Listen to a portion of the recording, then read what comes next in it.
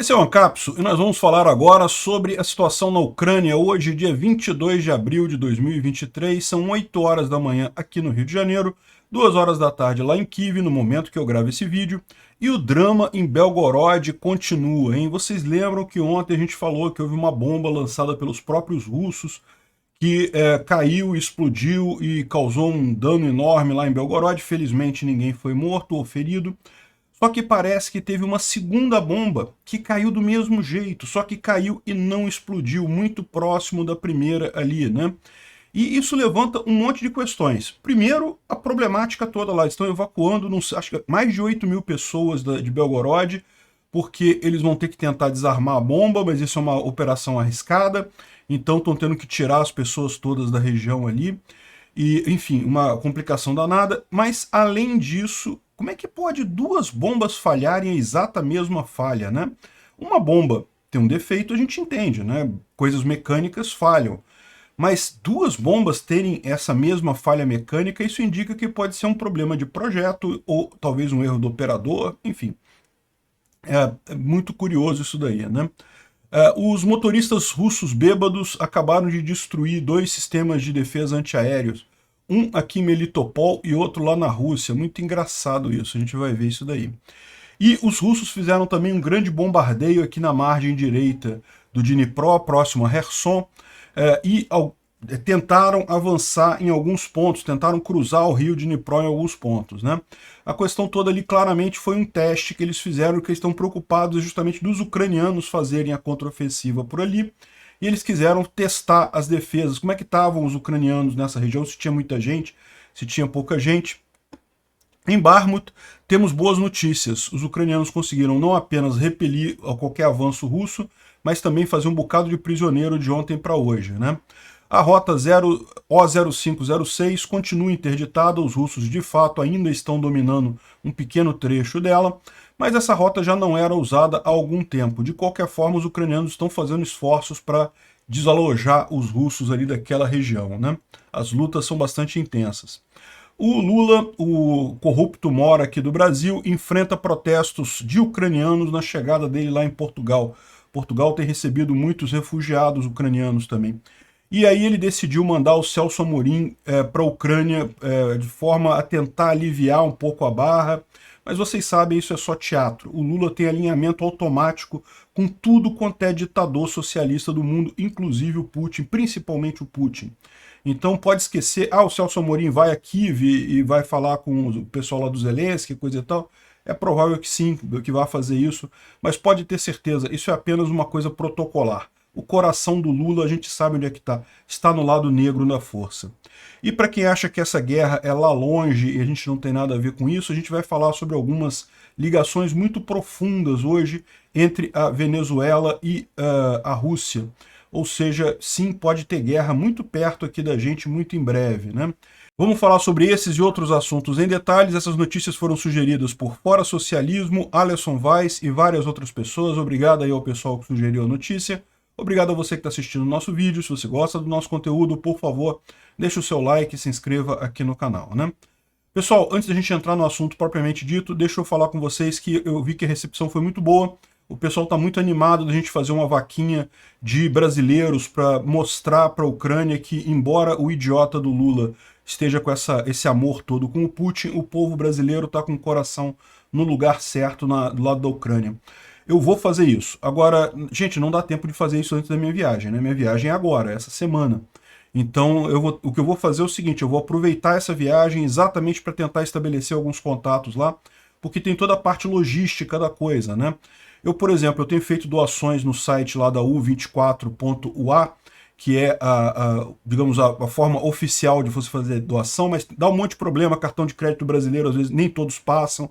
Então, assim, é um monte de problema para mandar dinheiro para lá. Então, eu quero estabelecer essa conexão com alguém lá, para justamente a gente poder agilizar esse tipo de coisa, né? Enfim, vamos fazer a nossa vaquinha sim, mas não vai ser imediatamente agora. Deixa eu fazer a minha viagem, a gente vai estabelecer isso direitinho e em seguida a gente começa. Bom, vamos falar sobre Belgorod, né? Como a gente explicou ontem, um avião Su-34 russo lançou uma bomba que deveria ser uma bomba planadora, ou seja, ela deveria ser jogada e abrir a asa e depois planar até Kharkiv. E só que essa bomba falhou e não abriu as asas e, portanto, caiu na vertical e acabou atingindo a própria cidade de Belgorod, né? E agora a gente tem mais uma informação. Além daquela bomba que caiu ontem, lembra que caiu nesse cruzamento aqui, né? Aqui está o mapa, olha só. Aqui nesse cruzamento foi onde foi a bomba que a gente viu ontem, né? Ela explodiu, caiu, enfiou na terra, coisa e tal, explodiu. A sorte do pessoal, como a gente explicou, foi que ela estava com a detonação retardada, então ela só explodiu depois de alguns segundos, já bem dentro do solo. Então teria sido muito pior para esses prédios aqui em volta, para o pessoal todo que estava passando aqui, né? Pois bem, só que agora a gente ficou sabendo que caiu uma outra bomba aqui, ó, num pátio aqui da Superquadra aqui de Belgorod. Aliás, quem é de Brasília, quem morou em Brasília reconhece rapidamente isso daqui, né? Olha a arquitetura soviética, é o que eu falo, cara. Brasília é a coisa mais soviética que tem. Juscelino Kubitschek era um comunista, ainda deu o projeto da cidade para dois comunistas lá, o Oscar Niemeyer e o outro lá, que eu nem lembro o nome, que fez a cidade. Olha só, fizeram igualzinho uma cidade planejada russa. A Rússia é cheia de cidades assim, exatamente como Brasília, com super quadras e coisa e tal. A mesma coisa. Enfim, as super quadras aqui, olha só, direitinho, né? Enfim, caiu aqui também em Belgorod, no pátio da Superquadra aqui, uma outra bomba. Só que essa outra bomba não explodiu. Ela entrou no subsolo e não explodiu. E aí tem o problema. Bom, olha só, primeira coisa, né? A gente tem três erros nessas bombas, porque as duas bombas deveriam ter aberto as asas e não abriram. As duas não abriram. E além disso, uma delas não explodiu, não detonou. Elas deveriam ter detonado, né? Para você ver a qualidade desse equipamento russo de qualquer forma. E a outra coisa estranha é dois erros iguaizinhos em duas bombas, né? Parece uma coisa que deve ter alguma causa comum nisso daí. Ou o projeto está mal feito, ou o operador tinha que apertar algum botão lá que ele não apertou. Enfim, não dá para saber exatamente o que houve, mas muito estranho esse negócio. Eu já falei ontem que tinha outra coisa estranha, que era o fato deles lançarem essas bombas em cima de Belgorod, né? Ou seja, caramba, você está lançando uma bomba, tudo bem que a bomba vai planar e vai cair lá na frente, mas você vai lançar a bomba em cima da cidade, né? Tem tanto espaço aberto ali. Então, essa é a questão. A bomba caiu aqui, eles estão evacuando essa área toda aqui. Parece que são 8.000 pessoas. Aqui estão os ônibus fazendo a evacuação do pessoal ali de Belgorod. Aqui está o comunicado oficial, né? Se você traduzir isso daqui, o pessoal falando que realmente houve um estado de emergência ali na região, o explosivo foi encontrado por especialistas, né? E vão ter que neutralizar ele ali no local ali, né? Então, com isso, eles estão evacuando um raio de 200 metros, são 17 apartamentos, 17 prédios na região ali, ou seja, realmente, deve ser esses prédios todos aqui próximos da região, eles estão evacuando para fazer esse desarme da bomba, né? Então, olha que coisa, que dor de cabeça que está causando isso daí, né? Bom, o primeiro a gente sabe, aparentemente não teve nenhum ferido, nenhum morto. Vamos torcer para que também não tenha isso, por mais que seja culpa lá dos russos mesmos, né? Aqui tem algumas coisas curiosas que aconteceram também com um motorista russo bêbado. Olha só que coisa, isso aqui foi em Melitopol. Os caras derrubaram um sistema de defesa antiaérea aqui, o Tor. O cara foi fazer a curva, tá vendo? O sistema estava em cima do caminhão, o cara foi fazer a curva com muita velocidade e a carga simplesmente tombou ali na curva que ele ia fazer ali. Olha que dor de cabeça isso, hein? Melitopol. E não foi o único não, teve esse outro aqui, esse outro S-400 também. Isso daqui foi aonde? Tula, Oblast de Tula, a região de Tula lá na Rússia, né? Tula fica nessa região aqui, ó, próximo a Moscou, entre a Ucrânia e Moscou aqui, né? Mas bem no interior da Rússia. Aqui também parece que pegaram um motorista, ele estava com 0,33 miligramas por litro de sangue de álcool, né? O que é um valor alto isso daqui. Muita gente estaria como alcoólico com isso daqui. Mas enfim, parece que o motorista se feriu e o sistema teve algum dano também, né? Mas isso aí eles vão consertar, evidentemente, tal como o outro aqui, né? Mas pelo menos por algum tempo tiraram de operação aí dois sistemas antiaéreos russos, né? E ontem teve também mais um ataque com drones Shahid, né, sobre a Ucrânia. Foram 5 drones lançados pelos russos, dos quais 4 foram derrubados pelos ucranianos, né? Os russos têm usado agora praticamente todo dia uma leva dessas de dronezinhos. Não é algo que tenha tido muito sucesso nos últimos dias, mas é sem dúvida alguma um padrão novo, né? A gente tem visto que todo dia tem alguns drones Shahid sendo usados contra os ucranianos. E pelo menos uma vez, quando eles usaram lá em Odessa, conseguiram atingir uma coisa, apesar de que era um prédio civil, né? Mas causaram danos no final das contas, né? Bom, o Prigozhin, ele lançou um vídeo no canal dele, né, em que ele reclama de um monte de coisa e tal. A gente vai ver o vídeo, vai ver a transcrição toda. Aqui é só para vocês verem o vídeo. Ele fala aqui sobre tal como em 1941, isso é um extermínio completo da nação russa e coisa e tal. Enfim, o exército russo está mal equipado, os soldados não têm suas necessidades básicas atendidas. O texto completo está aqui, ó. Ele está preocupado justamente com o resultado de Ramstein, né? A gente vai falar sobre Ramstein daqui a pouco. Teve a reunião ontem e o resultado foi excelente, né? Justamente por isso que ele está preocupado aqui. Principalmente em armamento e treinamento de pessoal. Então, os países da OTAN se comprometeram, os países aliados, né? É mais do que só a OTAN, são todos os países que estão ajudando a Ucrânia, Ramstein, né? Se comprometeram a treinar tropas ucranianas. Então ele está falando aqui, o Prigozhin está falando aqui, que 25 mil tropas ucranianas estão sendo treinadas nesse momento, ou seja, eles têm 25 mil de capacidade de treino, e isso pode ser um fluxo, né? Ou seja, eles vão facilmente fazer isso 3, 4 vezes, treinando até 100 mil soldados em alguns meses, né? 100 mil soldados é um bocado de coisa se eles realmente conseguirem manter isso daí. E lembra que, além disso, é lógico, a própria Ucrânia continua treinando soldados dentro da própria Ucrânia, né? 80 mil já completaram e já retornaram para a Ucrânia, e isso também não é mal. Embora não seja um número grande, ele diz aqui que as perdas ucranianas são significativas e coisa e tal.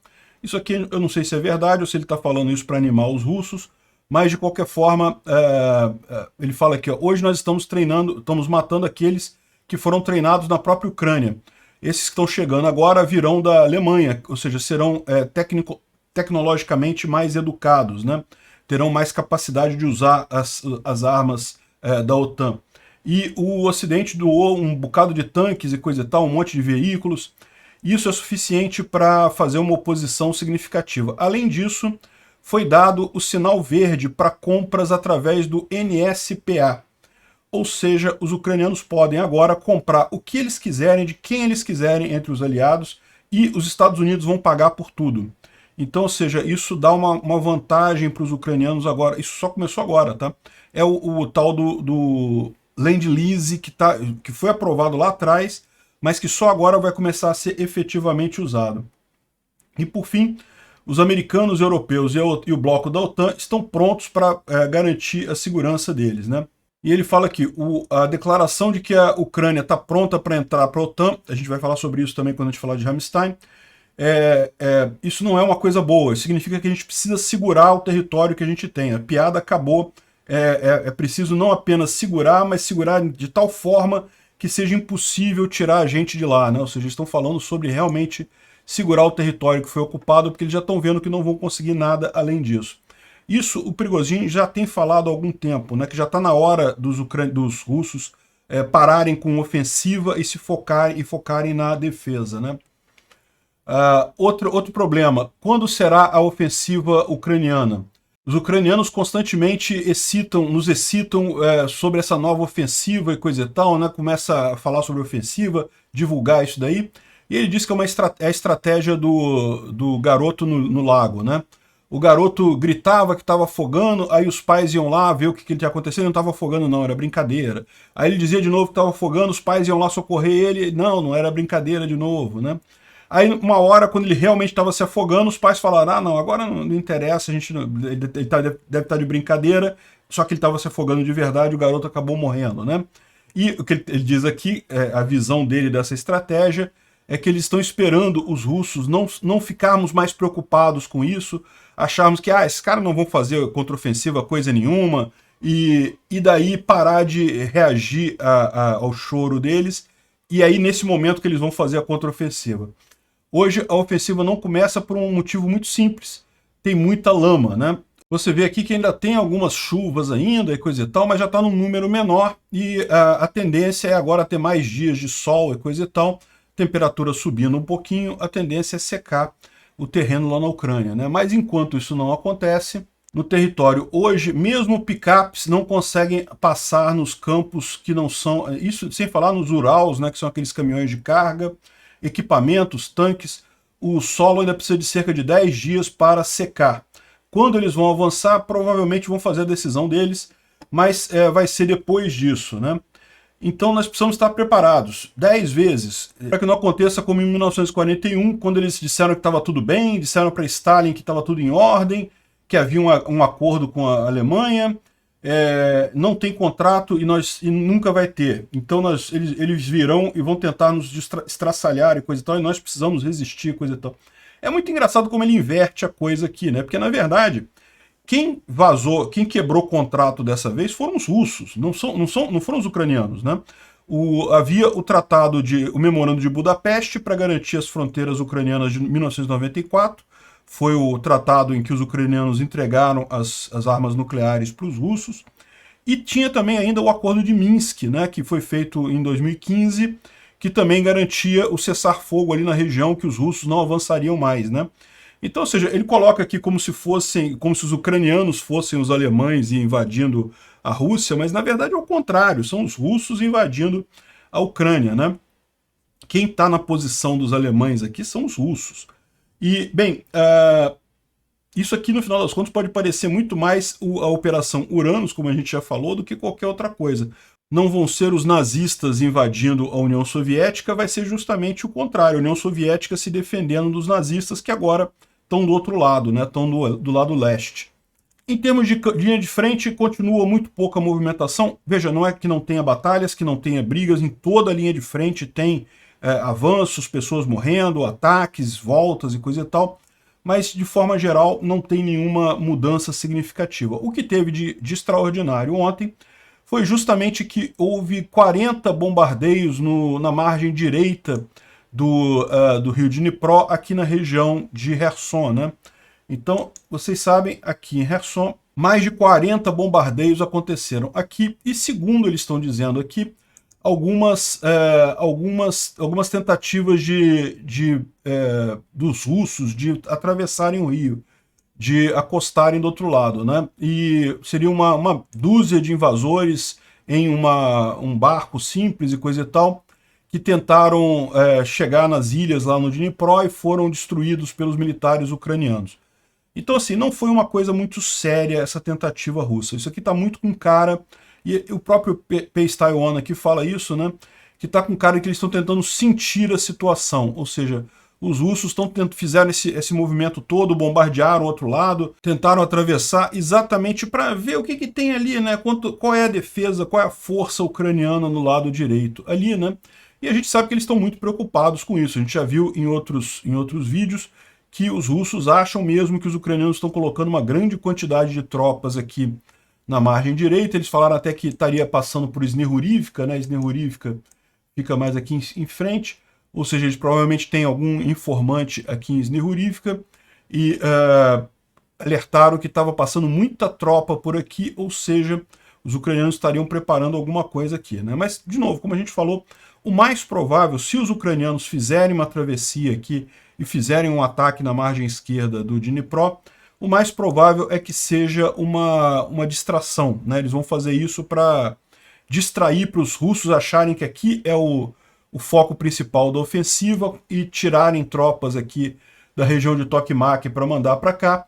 E o mais provável mesmo é que a ofensiva seja aqui em Zaporizhia, tentando chegar a Melitopol, né? A gente já viu isso ontem, isso continua sendo o mais provável. Mas vamos ver, né? A gente não sabe. Ninguém aqui sabe exatamente quais são os planos ucranianos e só nos resta aguardar com relação a isso, né? Bom, com relação a Bakhmut é a outra região que continua muito tensa por aqui, né? Como a gente viu ontem, os russos chegaram a interromper aqui, ou chegaram muito perto de interromper a O0506, que é uma das estradas que pode ser usada para abastecer Bakhmut, né? Mas atualmente eles estão usando uma outra estradinha que passa aqui pelo meio, aqui, ó. Não dá nem para ver nesse gráfico aqui. Não é nem essa N32 aqui, nem essa O0506, é uma outra estrada de chão que tem aqui, que consegue chegar aqui também em Chassiviar, né? Então, essa estrada aqui, parece que o pessoal, os russos ainda estão com controle sobre ela, ou seja, estão aqui na margem, não pode ser usada pelos ucranianos, mas na verdade, se você olhar aqui, ó, isso aqui é uma visão justamente desse ponto. Repara a briga que está acontecendo aqui. A briga toda está acontecendo nessa trincheira, nessas trincheiras aqui, ó. Aqui é a estrada passando aqui embaixo, tá vendo, fazendo a curva dela. E repara como é que está a situação da estrada aqui, né? Você vê um monte de crateras aqui enormes, ou seja, essa estrada, mesmo que os russos não estivessem dominando ela aqui, não dá para usar essa estrada, né? Não tem como passar aqui, tudo quebrado, tudo cheio de buraco aqui, né? Enfim, não dá para saber como é que está a situação aqui, mas a batalha continua nessa região. Dá para ver que é algo bastante intenso, né? Muitas trincheiras aqui, a batalha está justamente nessa região das trincheiras. E aqui é um comandante aqui de um defensor lá em Bakhmut, né?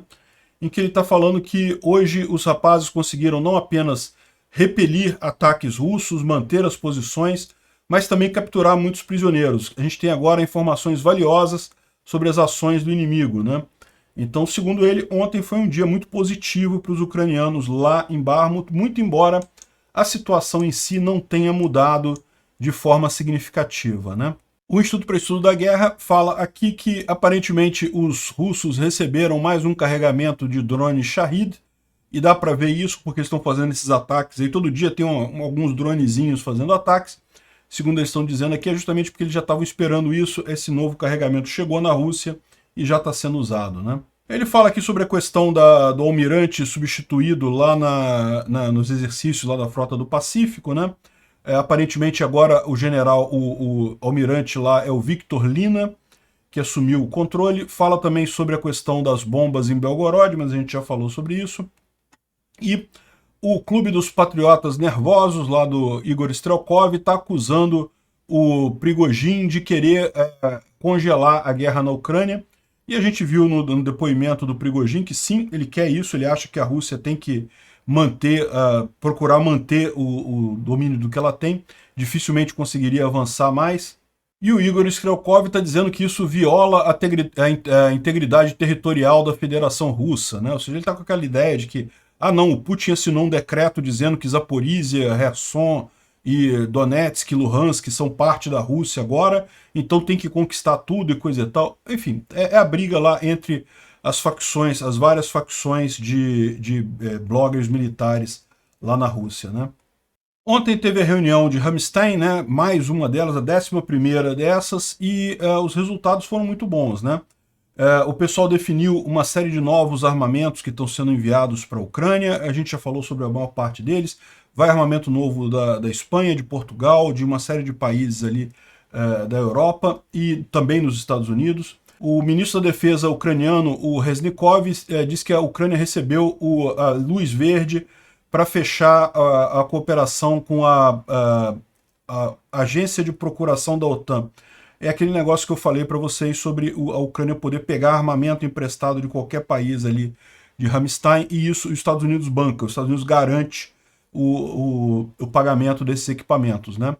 Então, foi criado também um centro na Polônia para manutenção dos tanques Leopard, ou seja, isso é um problema porque a Ucrânia, a manutenção, é lógico que tem alguma manutenção que pode ser feita na Ucrânia, mas uma manutenção mais pesada desses tanques é algo complicado de ser feito, então na Polônia vai ter um tanque para uma instalação para fazer isso, né? Enfim, mais um monte de ajuda que foi prometida de vários países aqui, e uma coisa que eles estão notando aqui é que uma parte significativa dos acordos foram feitos de forma sigilosa, não foram expostos, né? Isso faz sentido porque, no final das contas, a gente sabe que está chegando a hora da contraofensiva, então não tinha como evitar de falar dos tanques que estão sendo enviados e coisa e tal, mas chega uma hora que é melhor não falar exatamente o que está sendo enviado para justamente ter o fator surpresa para os russos, né? E a outra coisa que teve também foi justamente o alerta de que vai haver uma reunião da OTAN para abordar o pedido de adesão da Ucrânia. Vocês lembram, a Ucrânia fez um pedido formal de adesão à OTAN, mais um pedido. É lógico, a gente sabe que isso não vai acontecer neste momento, porque a Ucrânia está em guerra, então a OTAN, por seu próprio estatuto, não pode admitir países que estão em guerra. Mas é aquilo que a gente estava falando até ontem, né? O próprio pessoal lá, o Arestovich, estava preocupado, que ele falou, porque mesmo a Ucrânia vai vencer essa guerra, mas a Rússia vai ficar um tempo, vai se preparar novamente e vai querer fazer um novo ataque à Ucrânia mais para frente, né? Então é importante ter essa visão de que a Ucrânia vencendo essa guerra, provavelmente o caminho vai ser a entrada dela para a OTAN, né? E o Stoltenberg, que esteve em Kiev ontem também, né, ele falou que todos os membros da OTAN concordam que a Ucrânia vai eventualmente entrar para a aliança, né? Então todos estão cientes disso. Ele não disse que vai entrar para a aliança neste momento, ele falou que eventualmente a Ucrânia vai entrar para a OTAN, né? E a gente sabe disso, a gente sabe que isso é um desejo ucraniano já de muito tempo, e a Rússia deixou muito claro que essa é a única saída, porque enquanto a Ucrânia não for da OTAN, a Rússia vai sempre querer voltar e atacar mais, né? Eles atacaram em 2014, a coisa foi acalmada, botaram panos quentes e coisa e tal. O fato deles terem tornado a atacar em 2022 mostrou claramente que não há alternativa para a Ucrânia. Ou a Ucrânia entra para a OTAN ou nunca vai ter paz ali naquela região, né? Então ficou claro isso daí. Quem não gostou dessa declaração do Stoltenberg foi o Viktor Orbán. O Viktor Orbán, ele é o primeiro-ministro da Hungria, né? E ele é muito ligado à Rússia e é um dos poucos membros da OTAN que tem feito cara feia com essa aproximação da OTAN com a Ucrânia, né? O Orbán tem mantido uma posição que ele diz ser neutra, mas é aquela posição neutra estilo Bolsonaro, né? Posição neutra, mas não, o Putin tem razão em algumas coisas e não sei o que lá. E esse tipo de coisa não pega bem no final das contas, né? Além disso, o Orbán, ele não tem feito nada de forte em relação a isso, mas ele seguidamente lembra o caso da Grande Hungria, né? A Hungria já foi muito maior do que ela é hoje, né? Com as sucessivas guerras, ela acabou perdendo muito território, inclusive uma parte para a Ucrânia, né? A parte lá, o Transcarpátia, né? Que hoje está na Ucrânia e já fez parte no passado da Hungria, né? Bem como para praticamente todos os vizinhos aqui, né? A Romênia, todos os vizinhos aqui foram alguma coisa da Hungria acabou sendo tomada, né? Agora, é aquilo que eu falo para vocês, né? A grande questão é justamente o passado. Se você for olhar o passado, o tamanho de cada país no passado, simplesmente não tem saída, porque foram tantas guerras nessa região ali da Europa que nunca teria paz se todo mundo quiser conquistar seu tamanho máximo territorial. Não adianta, né? O caminho é a cooperação, é todo mundo fazer parte da Europa e ter a cooperação econômica, que é muito mais importante do que você ser proprietário do território no final das contas, né? Mas o Orbán, por questão de nacionalismo, ele de vez em quando joga esses mapas assim da Grande Hungria. Eu não creio que ele queira de fato, que ele tenha ambições de fato de fazer isso, de exercitar esse tipo de coisa, mas ele usa isso politicamente sim, né? E eu não vejo isso como problema. Ele é um aliado do Putin nesse momento, ele está como primeiro-ministro da Hungria, então eu não acredito que ele aprove a entrada da Ucrânia na OTAN neste momento, mas a entrada da Ucrânia na OTAN, ninguém está falando em entrar neste momento, a gente está falando isso numa perspectiva de futuro, né, depois do final dessa guerra e coisa e tal. E daí eu não vejo muitos problemas, não. Eu acho que existe uma possibilidade grande da Hungria acabar aceitando essa entrada da Ucrânia na OTAN, inclusive porque vai sofrer pressão do resto da OTAN, que pode optar, sim, por retirar o membro de dentro da OTAN, né? Ou seja, a Hungria poderia acabar sendo isolada dentro da comunidade ali, né? O Cazaquistão, que é um outro país que está buscando também se tornar mais independente da Rússia, né? Já fez parte da União Soviética, hoje em dia é um país independente, e ele aumentou em 6 vezes a exportação de petróleo contornando a Rússia, né? Antigamente, o Cazaquistão exportava óleo basicamente através da Rússia, usando os oleodutos da Rússia, né? O Cazaquistão, para quem não sabe, esse país, é enorme o país, tá? O Cazaquistão é muito grande. E tem muito petróleo também, tem muita riqueza mineral aqui. É um país que é muito deserto, tem pouca área verde, só aqui no norte, coisa e tal, e mais ao sul também. Enfim, ele exportava o petróleo principalmente através de gasodutos russos, isso atrapalhava. Agora ele arrumou um esquema, passando aqui pelo Azerbaijão, pelo Cáucaso aqui, e chegando na Europa, sextuplicou a quantidade de óleo vendido por lá, né? Impressionante mesmo. Bom, algumas fotos curiosas aqui, né? Esse cara aqui é um operador de drone ucraniano que está usando uma antena com grande alcance, né? Para guiar o drone FPV dele, né? O drone de primeira vista, né? Visão de primeira pessoa. E a foto muito curiosa, o pessoal começou a brincar aqui, que é o Homem-Formiga, né? Outra coisa curiosa é isso daqui, o rapaz que pediu uma pizza enquanto segurava um tanque T-90A. Os russos deixaram o tanque em algum lugar ali, porque ficou preso nessa rocha aqui. O soldado foi deixado ali para tomar conta do tanque, enquanto os ucranianos trazem o equipamento para efetivamente tirar o tanque daqui, né? Os ucranianos pretendem usar esse tanque. Agora, enquanto isso, o cara pediu uma pizza lá e estava comendo uma pizza. Como é que funciona isso? Será que tem delivery de pizza lá na linha de frente, né? Olha que bacana. Outra imagem curiosa que está circulando por aí ontem, né?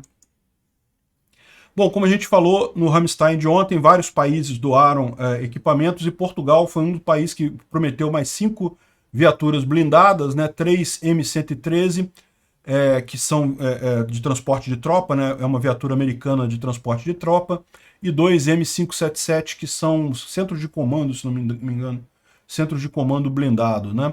Enfim, de qualquer forma, parabéns aos amigos portugueses por estarem ajudando a Ucrânia.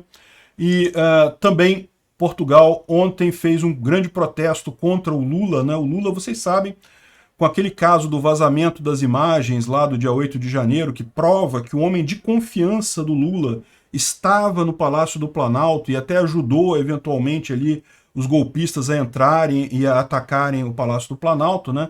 Está causando uma comoção enorme por aqui. Eu tenho falado sobre isso em outros vídeos, e, no final das contas, o Lula resolveu antecipar a viagem dele para Portugal. Foi para Portugal para ficar longe dessa confusão toda, né? Ou para fugir, talvez. Enfim, chegou lá em Portugal e já enfrentou protesto da comunidade ucraniana lá.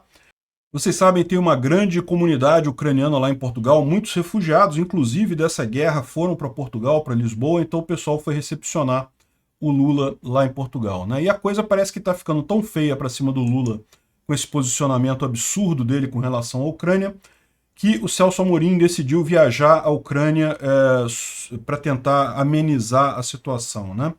Como a gente falou para vocês já há alguns dias, o Lula já percebeu a besteira que fez e está querendo equilibrar um pouco as coisas, mas não tenha dúvida, isso aqui é só teatro, tá? É só para fantasiar a coisa. O Celso Amorim vai lá? Vai conversar com o governo ucraniano? Vai. Tem alguma chance disso resultar numa mudança de posição do Brasil? Não. O Lula ama o Putin, o Lula ama todo ditador. Por quê?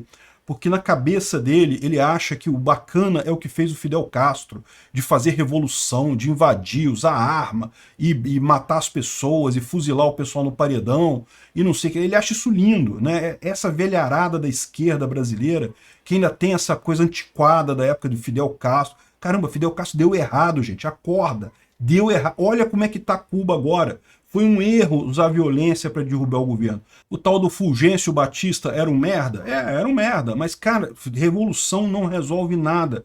Só piora a situação. Esse negócio de briga armada não ajuda em nada. O que ajuda é a economia. Abrir a economia. Quanto mais comércio as pessoas fazem, melhor é a situação de cada país, né? Enfim, não tenho dúvida, tá? O Lula vai fazer isso aqui. É possível que convide algum representante do governo ucraniano para vir ao Brasil, né, para meio que equilibrar a questão do Lavrov ter vindo, mas não tenham ilusões, isso é só teatro do Lula. O coração do Lula, o interesse do Lula vai estar sempre em apoiar a ditadura. E só para complementar um problema que eu vejo sempre o pessoal aqui no Brasil tendo, muita gente fala assim, não, mas essa guerra é lá longe, a gente não tem nada a ver com isso, a gente não tem que entrar nessa guerra. E é o que eu falo para vocês, meu amigo, não, a gente tem que entrar nessa guerra sim. Não digo entrar na guerra militarmente, mas apoiar a Ucrânia sim. Por quê? Porque no final das contas isso interessa para a gente, interessa ao mundo inteiro que fronteiras sejam respeitadas, que acordos sejam respeitados, que alguém que invada outro país, que use violência para conquistar território, seja punido. Isso é importante para garantir a paz do mundo, né? Se a Rússia pode invadir lá, por que não pode invadir aqui na Venezuela? Olha só o caso aqui do acordo do Hugo Chávez com Belarus, não é nem com a Rússia, com Belarus, mas você sabe que Belarus é da patotinha, né? Para você ver que não é uma coisa nova essa ligação da Venezuela lá com a Rússia. Desde a época do Hugo Chávez, eles têm um acordo aqui, aí eles falam aqui que, no final das contas, a Venezuela se ferrou porque ficou perdendo dinheiro para Belarus, né? Parece que o Lukashenko realmente tem uma capacidade única de enganar ditadores, né? Engana o Putin o tempo todo para o Putin dar dinheiro para ele, enganou o Hugo Chávez também para o Hugo Chávez dar dinheiro para ele, enfim, mas isso importa porque isso mostra a proximidade da Venezuela com a Rússia. E olha só, o Maduro ele não está bem politicamente. Sabe o que costuma fazer ditadores quando não estão bem politicamente, quando tá arriscado, eles não têm popularidade suficiente para continuar governando? Exato, invadir outro país. É por isso que o Putin invadiu a Ucrânia. No final das contas é porque o Putin estava fraco politicamente na Rússia, né? E lembra, para quem não sabe de história, felizmente o Brasil não tem nenhuma fronteira controversa significativa, né? Tem algumas ilhotazinhas em Rio, coisa mínima, né? Mas os nossos vizinhos do norte têm um bocado de problema aqui. Olha só essa área enorme aqui, quase metade da Guiana, que é reclamada pela Venezuela. Essa área toda aqui, segundo a Venezuela, pertence à Venezuela, segundo a Guiana, pertence à Guiana. Hoje é a Guiana que tem legitimidade, que tem a soberania sobre aquilo ali. Mas repara, quase metade do território dela. E não é só aqui não, tem também entre o Suriname e a Guiana, entre o Suriname e a Guiana Francesa. Enfim, tem um monte de confusão nesses países aqui ao norte do Brasil. Imagina, pro Maduro resolver fazer uma invasão aqui, pouco custa. Ditador ameaçado em sua popularidade adora invadir outros países. E aí, olha só, o Brasil vai ter um pepino na mão. Por quê? Porque certamente vai ser chamado para intervir nisso daqui. E aí, essa coisa que para todo mundo aqui no Brasil é só uma teoria, não, tá lá longe, lá na Europa, a gente não precisa se preocupar com isso e coisa e tal, vai acabar revertendo em filhos nossos tendo que ir para a guerra aqui do lado. A gente tem que garantir que Putin perca, e perca vergonhosamente, para acabar com essa esperança de ditadores de resolver problema político invadindo o país ao lado. Obrigado por assistir o vídeo até o final. Além de curtir, compartilhar e se inscrever no canal, considere se tornar patrocinador com valores a partir de R$ 1,99. Clique no botão Seja Membro abaixo para saber as condições e vantagens de patrocinar o canal. Mais informações sobre o nosso projeto, visite nossos sites indicados na tela.